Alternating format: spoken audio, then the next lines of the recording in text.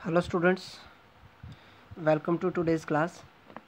Today we will talk about thermodynamics. Before we start with the thermodynamics, we have some points जैसे कि energy क्या होती है हम सबको पता है, ठीक है। एनर्जी हमारे लिए कितनी इम्पोर्टेंट है ये भी पता है। एनर्जी की बहुत सारी अलग अलग टाइप होती है, जैसे कि काइनेटिक एनर्जी है, जैसे कि आपके पास क्या है, काइनेटिक एनर्जी है, पोटेंशियल एनर्जी है, आपके पास रोटेशनल एनर्जी होती है, वाइब्रेशनल एनर्जीज होती है, बहुत सारी अलग अलग टाइप की एनर्जीज होती हैं, ठीक है। ये जो एनर्जीज हैं, these energies are responsible for various type of motions, ठीक है। बहुत सारे अलग अलग तरीके के, या किसी भी चीज़ के अंदर अगर एनर्जी है तभी आप उसका यूज़ कर सकते हैं। तो लेकिन आप एक लॉ पढ़ते हैं जिसको बोलते हैं law of conservation of energy. Law of conservation of energy वो क्या कहती है? वो कहती है कि energy can neither be created nor be destroyed. ना तो एनर्जी बढ़ सकती है, ना ही एनर्जी क्या हो सकती है, कम हो सकती है, लेकिन एनर्जी एक फॉर्म से दूसरी फॉर्म में कन्वर्ट हो सकती है। Law of conservation of energy यही है ना कि energy can neither be created nor be destroyed but can convert from one type two another type. जैसे एक बड़ा सीधा सा है कि आपके पास ये एक कोई एरो है, बो है, और इस बो के ऊपर आपने एक एरो रख दिया, ठीक है। अगर आप इस स्ट्रिंग को खींच लेंगे, स्ट्रिंग कुछ ऐसे सी हो गई सपोज करो, तो इस एरो के अंदर अब एक एनर्जी है। उस एनर्जी को क्या बोलते हैं? Potential energy. जैसे ही आपने स्ट्रिंग छोड़ोगे, ये एरो क्या करेगा? बाहर निकले के भागेगा, यानी कि पोटेंशियल एनर्जी किस में कन्वर्ट हो जाएगी? काइनेटिक एनर्जी में, ठीक है। ये हम कौन सी क्लास में पढ़ते हैं? क्लास 9th में पढ़ते हैं। मतलब कि कभी भी अगर आपके पास एनर्जी है तो आप एनर्जी को एक फॉर्म से दूसरी फॉर्म में कन्वर्ट कर सकते हैं। इवन एनर्जी का यूज़ करके आप कोई मैकेनिकल काम भी करवा सकते हैं। जैसे फ़ैन चलता है, इलेक्ट्रिकल एनर्जी किस में कन्वर्ट होती है? मैकेनिकल एनर्जी में, ठीक है। ऐसे ही बहुत सारी मशीन्स हैं हमारी लाइफ में, जो मशीन्स हैं वो इलेक्ट्रिकल एनर्जी को मैकेनिकल एनर्जी में कन्वर्ट करके हम अलग अलग टाइप के काम करवा लेते हैं, ठीक है। तो सीखा क्या हमने सीखा कि एनर्जी क्या होती है, एक फॉर्म से दूसरी फॉर्म में कन्वर्ट होती है, ये बात हमें ऑलरेडी पता है, ठीक है। तो अब हम क्या कर रहे हैं, हम पढ़ने वाले हैं थर्मोडायनेमिक्स को। थर्मोडायनेमिक्स एक्चुअल में क्या करती है कि वो जो कन्वर्ट हो रही है एक टाइप की एनर्जी दूसरे टाइप की एनर्जी में, उनके बीच में क्या रिलेशनशिप है, उस रिलेशनशिप को हम कहाँ पढ़ते हैं? थर्मोडायनेमिक्स में। यानी कि थर्मोडायनेमिक्स क्या हुआ? The branch of science which deals with the study of different forms of energy and, के अलग अलग एनर्जी की फॉर्म्स को हम स्टडी करेंगे, and quantitative relationship between them, कि काइनेटिक एनर्जी पोटेंशियल एनर्जी से कैसे रिलेट करती है, पोटेंशियल एनर्जी वाइब्रेशनल एनर्जी से कैसे रिलेट करती है, यानी कि एक फॉर्म ऑफ एनर्जी दूसरी फॉर्म ऑफ एनर्जी से कैसे रिलेट करती है, इसी को हम कहाँ पढ़ेंगे? थर्मोडायनेमिक्स में। तो थर्मोडायनेमिक्स समझ आया कि हम इस सारे चैप्टर में किसकी बात करने वाले हैं? एनर्जीज़ की। एनर्जीज़ की भी अलग अलग फॉर्म्स की। अगर मान लेते हैं कि आपको जो है रिलेशनशिप पढ़ना है, लेकिन इस रिलेशनशिप में कोई केमिकल चेंज हो रहा हो, यानी कि कोई केमिकल रिएक्शन अगर इन्वॉल्व है, इसका मतलब है कि केमिकल रिएक्शन में तो एनर्जी होगी, तो केमिकल एनर्जी पे अगर हम फोकस कर रहे हैं तो वो उस ब्रांच को क्या बोलते हैं? Chemical thermodynamics. यानी कि if we confine our study to chemical change, ठीक है, कि एनर्जी से क्या केमिकल चेंज आया, या फिर केमिकल चेंज से या केमिकल एनर्जी से क्या दूसरी टाइप की एनर्जीज निकल के आती है, उसको हम लोग कहाँ पढ़ते हैं? केमिकल थर्मोडायनेमिक्स में पढ़ते हैं, ठीक है। लेकिन थर्मोडायनेमिक्स के साथ एक बहुत बड़ी प्रॉब्लम है कि only when system is in equilibrium और move from one equilibrium state to another equilibrium state. कि ये जो है ये थर्मोडायनेमिक्स एक्चुअल में कुछ रूल रेगुलेशन पे बेस्ड है। किस पे बेस्ड है? कुछ रूल्स बनते हैं, कुछ अजम्पशंस हैं, इसकी कुछ लॉ है बेसिकली, उनको हम लोग क्या बोलते हैं? Thermodynamical laws. ठीक है, और वो जो लॉ होते हैं वो कब एप्लीकेबल होते हैं? जब इक्विलिब्रियम होता है। इक्विलिब्रियम का सीधा सीधा मतलब देखो मैं आपको समझा देता हूँ। मान लेते हैं आपके पास ये एक वाटर टैंक है, ठीक है, this is any water tank. जो वाटर टैंक है इसमें यहाँ से पानी आता है और यहाँ पर पानी बाहर निकल जाता है। ठीक है, यहाँ से पानी इन आया और यहाँ पर पानी आउट चला गया। तो अब क्या होगा कि जैसे जैसे टैंकी भरेगी, बढ़ती रहेगी बढ़ती रहेगी बढ़ती रहेगी, एक स्टेज ऐसी आ जाएगी कि यहाँ पर इससे ज़्यादा जैसे ही पानी आप अंदर डालोगे क्या हो जाएगा? पानी बाहर निकलना शुरू हो जाएगा। हमारे घरों में ऐसे ही होता है कि जब टैंकी भर जाती है तो पानी बाहर निकलना शुरू हो जाता है। अब यहाँ पर देखें क्या होता है कि भाई टैंकी की एक कैपेसिटी है कि उसके अंदर कितना पानी आ सकता है।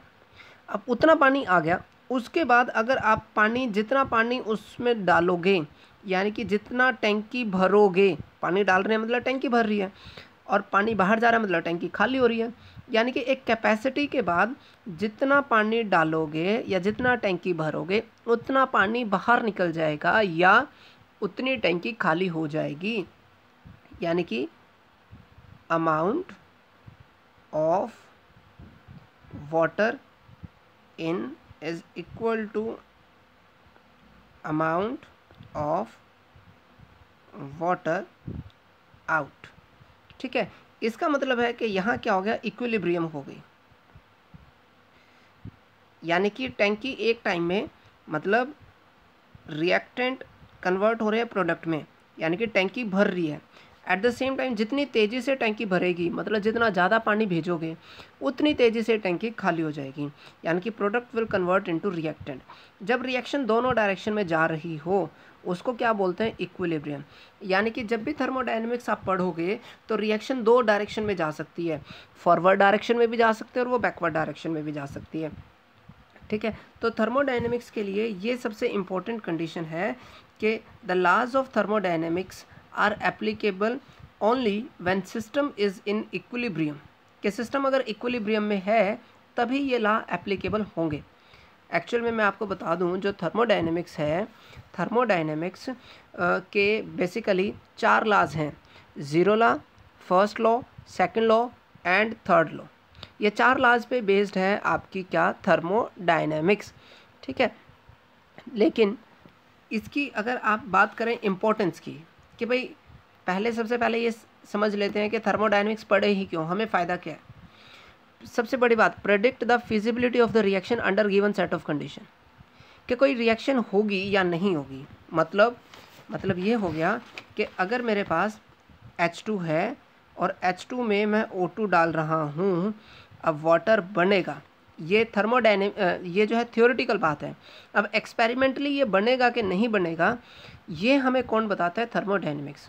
यानी कि रिएक्टेंट प्रोडक्ट में कन्वर्ट होगा या नहीं होगा, फिजिबिलिटी मीन्स चांसेस के रिएक्शन होगी, ये हमें कौन बताता है? थर्मोडायनेमिक्स बताती है। ये सबसे पहली एप्लीकेशन यही हुई कि predict the feasibility of the reaction under the given set of condition. अब बहुत सारे बच्चों के दिमाग में क्वेश्चन आ रहा होगा कि कैसे बता सकते हैं। जैसे ही जब तक आप ये चैप्टर ख़त्म करेंगे आपको एंड आते आते पता चल जाएगा कि कैसे हम बता सकते हैं by the use of thermodynamics कि कोई रिएक्शन होगी या रिएक्शन नहीं होगी। ठीक है, ऐसे ही दूसरी जो एप्लीकेशन है वो है predict the extent of reaction before equilibrium. कि भाई इक्विलिब्रियम क्या हुआ। ठीक है, इक्विलिब्रियम में हमने समझा कि यहाँ पर पानी अंदर जाएगा, पानी बाहर जाएगा, लेकिन ये जो इक्विलिब्रियम एस्टैब्लिश हुआ, इक्विलिब्रियम एस्टैब्लिश होने से पहले कितने % रिएक्शन हो गई। यानी कि ऐसा तो नहीं होगा कि रिएक्टेंट डालते ही प्रोडक्ट में कन्वर्ट होगा और प्रोडक्ट वापस रिएक्टेंट में कन्वर्ट होना शुरू हो जाएगा। ये ऐसा नहीं होता, डालते ही नहीं होता। इसके लिए आपको क्या करना पड़ता है? थोड़ा सा वेट करना पड़ता है कि भाई रिएक्टेंट पहले प्रोडक्ट बनाए, उसके बाद ही तो प्रोडक्ट कन्वर्ट होने शुरू होंगे ना वापस रिएक्टेंट में। ठीक है, अगर प्रोडक्ट बने ही नहीं तो इक्विलिब्रियम कैसे एस्टैब्लिश हो सकता है? तो यहाँ पर थर्मोडायनेमिक्स हमें बताएगी कि predict the extent of reaction before equilibrium, के इक्विलिब्रियम अटेन होने से पहले रिएक्शन कितनी हो गई, कितने % रिएक्शन कंप्लीट हुई। ठीक है, ये तो बात हुई किसकी, एप्लीकेशन की या इम्पोर्टेंस की। अब हम बात कर लेते हैं किसकी, लिमिटेशंस की। पहला, does not tell the rate of reaction. Rate of reaction का सीधा सीधा मतलब मैं आपको समझा देता हूँ कि रिएक्शन होगी या नहीं होगी ये बताएगा, लेकिन कितनी देर में होगी ये नहीं जवाब देता। ठीक है, कितनी देर में होगी ये जवाब नहीं देता। दूसरा है कि deals with initial and final state but not with the mechanism. ठीक है, मतलब कि एक काम हो गया, कैसे हुआ, कौन कौन से स्टेप फॉलो हुए, ये हमें नहीं जवाब देता।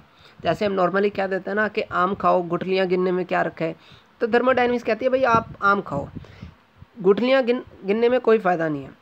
कि मतलब आपका काम हो गया, आप इस बात से मतलब रखो कैसे हुआ, ये थर्मोडायनेमिक्स हमें नहीं बताती। दूसरा कि deals with microscopic properties but not with the यहाँ पर है deals with macroscopic property, not micro, this is macroscopic property and does not tell anything about the microscopic. देखो मैक्रो का मतलब क्या होता है, मैक्रो का मतलब होता है लार्ज, मैक्रो का मतलब क्या होता है लार्ज, और माइक्रो का मतलब क्या होता है स्मॉल। चीज़ें बहुत छोटी हैं, एटम्स हैं, मॉलिक्यूल्स हैं, बहुत छोटे छोटे हैं। अब इसमें क्या होगा, थर्मोडायनेमिक्स में आप इंडिविजुअल एटम या मॉलिक्यूल के बारे में नहीं बता सकते, आप बल्क के बारे में बता सकते हैं कि बहुत सारे एटम्स और मॉलिक्यूल्स जब हम ले लेंगे तो वो कैसे बिहेव करेंगे, ये हमें बताता है कि। लेकिन अगर हम इंडिविजुअल की बात करें तो इंडिविजुअल की थर्मोडायनेमिक्स हमें कोई इन्फॉर्मेशन नहीं देता।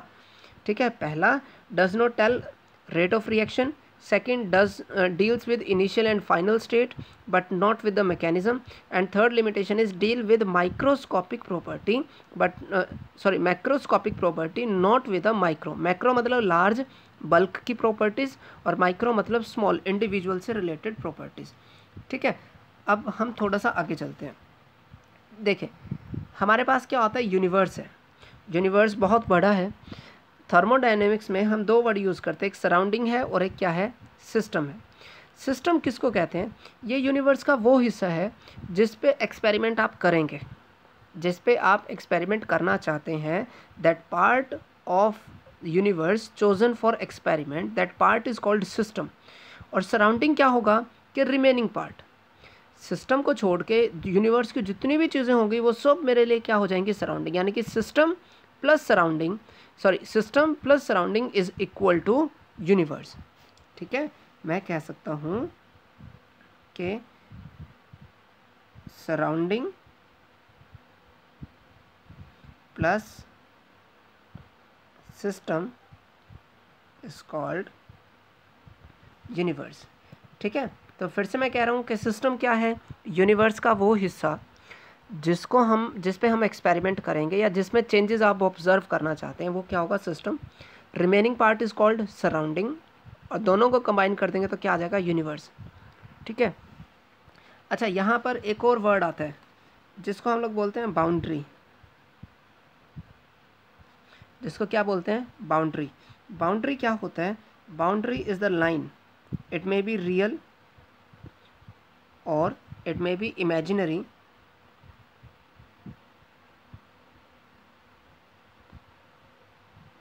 which separate system from surrounding. ठीक है, सिस्टम और सराउंडिंग को जो लाइन सेपरेट करेगी, रियल भी हो सकती है, एक्चुअल में भी एग्जिस्ट कर सकती है और इमेजिनरी भी हो सकती है। ठीक है, उसको हम लोग क्या बोलते हैं, बाउंड्री बोलते हैं। लेकिन अब बात करते हैं टाइप ऑफ सिस्टम की। टाइप ऑफ सिस्टम में एक होता है ओपन सिस्टम, दूसरा होता है क्लोज सिस्टम, थर्ड होता है आइसोलेटेड सिस्टम। ओपन सिस्टम क्या होता है, देखें इसके लिए हम एक एग्जांपल लेते हैं कि भाई हमने क्या किया, हमें वाटर को गर्म करना है। सपोज करो हमें क्या करना है, वाटर को गर्म करना है। वाटर को गर्म करने के लिए मैंने एक बीकर लिया, इस बीकर में पानी भर दिया, ध्यान से समझना, इसको रखा एक स्टैंड पर और नीचे से बर्नर को ऑन कर दिया। ठीक है, जब बर्नर को ऑन किया तो गर्मी यानी कि एनर्जी कहाँ है? सराउंडिंग। मुझे क्या करना है? पानी गर्म करना है। तो पानी मेरे लिए क्या है? सिस्टम है। Water is system. और बाकी सब चीज़ें, बर्नर है, बीकर है, स्टैंड है, ये सब मेरे लिए क्या है? सराउंडिंग है। तो एनर्जी कहाँ थी? सराउंडिंग से। लेकिन एनर्जी सराउंडिंग से कहाँ पहुँची? सिस्टम के पास। तभी तो पानी गर्म होगा। पानी गर्म होगा तो ये क्या करेगा? उड़ना शुरू कर देगा। जब उड़ना शुरू कर देगा तो धीरे धीरे पानी का अमाउंट क्या हो जाएगा? कम हो जाएगा। यानी कि पानी का अमाउंट, पानी क्या है मेरे लिए? सिस्टम या फिर matter. Matter means anything that occupy space and has some volume. तो वाटर का कुछ ना कुछ वॉल्यूम भी होगा, लेकिन ये वॉल्यूम धीरे धीरे क्या हो जाएगा? कम हो जाएगा। क्यों हो जाएगा? क्योंकि पानी उड़ के कहाँ जाता रहेगा? एयर में जाता रहेगा। पानी उड़ के कहाँ पहुँचेगा? एयर में पहुँचेगा। एयर क्या है मेरे लिए? सराउंडिंग है। तो यानी कि एक्चुअल में क्या हुआ कि सिस्टम और सराउंडिंग के बीच में एनर्जी भी एक्सचेंज हुई और साथ में मैटर भी एक्सचेंज हुआ। ठीक है, लेकिन अगर आप इस कंटेनर को ऊपर से ढक्कन लगा दो, बंद कर दो, तो क्या होगा? एनर्जी तो एक्सचेंज होगी, लेकिन क्या मैटर एक्सचेंज होगा? Answer is no, matter exchange नहीं होगा। कि भाई अगर पानी के वेपर्स बने तो वे इस ढक्कन से टकराएंगे और कंडेंस होकर वापस नीचे गिर जाएंगे। तो दो तरीके को हम एक्सप्लेन कर चुके हैं। पहला ओपन सिस्टम, यानी कि exchange both matter and energy with the surrounding, जैसे पानी को गर्म किया लेकिन ऊपर ढक्कन नहीं लगाया। दूसरा हमारे पास क्लोज सिस्टम। क्लोज सिस्टम में एनर्जी तो एक्सचेंज होगी, मतलब पानी तो गर्म हो जाएगा लेकिन पानी का अमाउंट सेम रहेगा, नॉट मैटर। एक होता है आइसोलेटेड सिस्टम। आइसोलेटेड सिस्टम जैसे कि थर्मोस होता है। थर्मोस के अंदर अगर आप वाटर रखते हैं, या मान लेते हैं कि 3 कप चाय आपने डाल दी, तो वो 3 कप चाय 3 ही रहेंगी। ठीक है, जब तक उसमें से कोई चाय नहीं निकाल लेता। और चाय गर्म रखते हैं तो गर्म रहती है, ठंडी रखते हैं तो ठंडी रहती है। अगर मान लो कभी ऐसा हो जाए कि चाय ठंडी हो गई, तो इसका मतलब क्या था कि धीरे धीरे जो उसकी गर्मी थी वो कहाँ चली गई? सराउंडिंग में। गर्मी मतलब एनर्जी। लेकिन थर्मस के अंदर ऐसा नहीं होता, neither energy exchange nor matter. कि इसमें मैटर एनर्जी दोनों एक्सचेंज हो रहे थे, इसमें सिर्फ और सिर्फ एनर्जी एक्सचेंज हो रही थी। आइसोलेटेड के अंदर ऐसा कुछ भी एक्सचेंज नहीं होता। ठीक है, अब चलते हैं थोड़ा सा और आगे कि सिस्टम के बारे में। सिस्टम के साथ कुछ प्रॉपर्टीज़ जुड़ी हुई होती हैं, जैसे उसका टेम्परेचर क्या है, उसका प्रेशर क्या है और उसका वॉल्यूम क्या है, जो हमें उस सिस्टम के बारे में बहुत सारी इन्फॉर्मेशन दे सकता है। यानी कि the system is described by some properties like temperature, pressure, volume et cetera, and these properties of system are termed as state function. उनको हम लोग क्या बोलते हैं?